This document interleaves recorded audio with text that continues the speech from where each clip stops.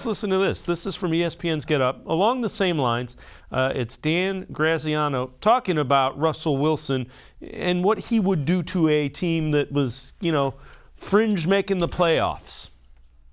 I do think he's an all-time great. I mean, he's got more wins through 10 seasons than any quarterback ever has. He's fourth all-time in passer rating. There are numbers that support him as an all-time great quarterback. And to Sacho's point, I think, not only a two-time Super Bowl champion if they don't get intercepted there, but against Peyton Manning and Tom Brady in back-to-back years. I mean, pretty significant. So, I think Seattle has not built around him the kind of team that it had early in his career, and that makes a difference. I do think we've seen years where he has elevated the team beyond its talent level otherwise and carried them to wins. And I do think there are rosters in this league that if you added Russell Wilson to them instead of their current quarterback would transform from decent teams to Super Bowl contending teams. Yeah.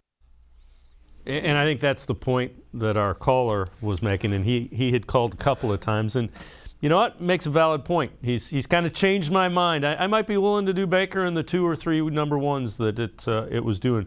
But I can see the point that he would elevate a team. Yeah, absolutely. I mean, it's clear from the moment he started, with Seattle, with the Seahawks, that, he's a very special quarterback. I do think what's hurt him in the past couple of years is, again, like Dan Graziano was talking about, Seattle just doesn't help him, The offensive line has been a mess. The defense has been up and down. They really haven't done much outside of giving 2 really good receivers, again, in Tyler Lockett and DK Metcalf, a very good running back in Chris Carson. They just haven't helped him. They made some weird picks. It worked out well in the beginning because of how well they drafted in the later rounds, getting Richard Sherman, Cam Chancellor with those very late draft picks. But they haven't done that lately. And there's also the question of what, Pete Carroll has done as a head coach, that it's starting to sour a little bit there. The offensive coordinator has been an issue with that franchise for a while. So, I mean, there's been a lot of extenuating circumstances, but in spite of all that, up until this past season, Wilson has been able to overcome a lot of those things and keep this team in a playoff race and even get to the playoffs, win some playoff games, because he's just that talented.